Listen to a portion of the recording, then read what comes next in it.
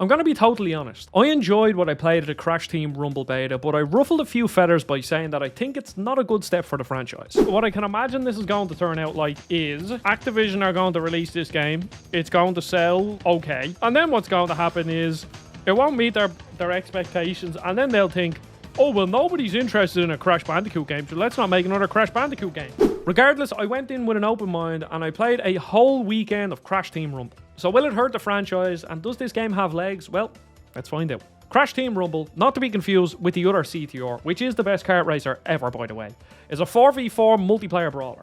You can choose between 8 characters broken up into scorers, blockers and boosters, collect Wumpas, deposit them at your bank, fight opponents, block them from scoring, and also bank relics to get power-ups. It's a simple concept, and as a party game it's actually quite fun. The characters stand out from one another. Crash, Tawna and Cat Bat are the 3 scorers, and as you can guess, your role is to collect as many Wumpas as possible and deposit them.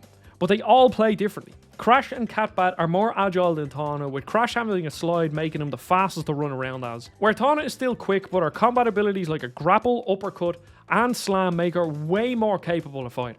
And then Cat Bat has a healing ability, so she is almost a hybrid support / attacker character. And the same goes for the rest of the roster. As Dingodile or Embryo, your job is to block the other team from scoring.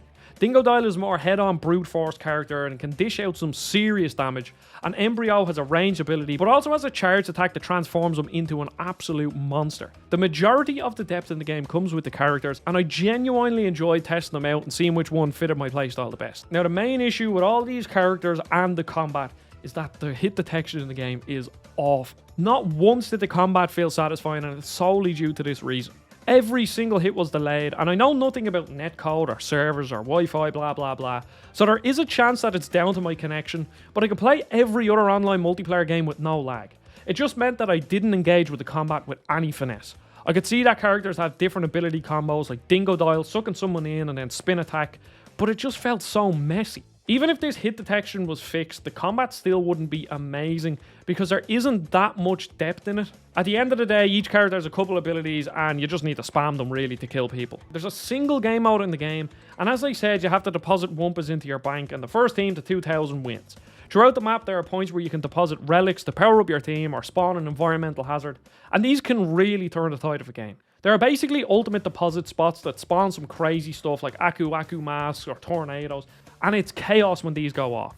But aside from that, you can capture these relic platforms that boost how much Wumpa you can deposit at once. I do like this game mode, it's easy to grasp, and it does have some chaotic moments that are quite memorable, but I think the game needs more game modes to keep me coming back. I don't even need anything too deep, even just 1 or 2 more, like a King of the Hill, or maybe a domination style, or even capture the flag. The single game mode was getting quite stale as I went on. Now the map design is actually quite solid. Each one is set in an iconic setting from the Crash franchise, and the layouts are completely different. Yes, there are 2 banks and some relic capture points, but no map feels the same, which I have to commend the game on. And not only are the maps laid out differently, but there are also unique power-ups to each map, which is a great addition. There are 9 maps, which is a great starting point for a game like this. I would like more of them just because of the lack of variety everywhere else in the game though. But I think if there were different game modes and game mode specific variants of these maps, then it wouldn't be an issue. The trophy list for the game carried it big time. I'm 1 trophy away from the platinum, but it forced me into using characters in different ways and using their abilities to test them all out. And it made the experience 100% times more enjoyable. Playing with a friend, we were trophy hunting together, and I had a great time doing it. But once I was near the end of the list, I realised that the majority of the fun I was having in the game was actually trophy hunting and not the game itself. Because now that I'm near the end of the list and I have 1 last trophy to get, it's kind of a slog. Now the 2 big questions. Will this game have legs, and is it good for the franchise? I don't think this game will have any legs past a couple of months. We can't get actual player numbers, but going off Twitch, the numbers are very low, and the marketing wasn't handled well.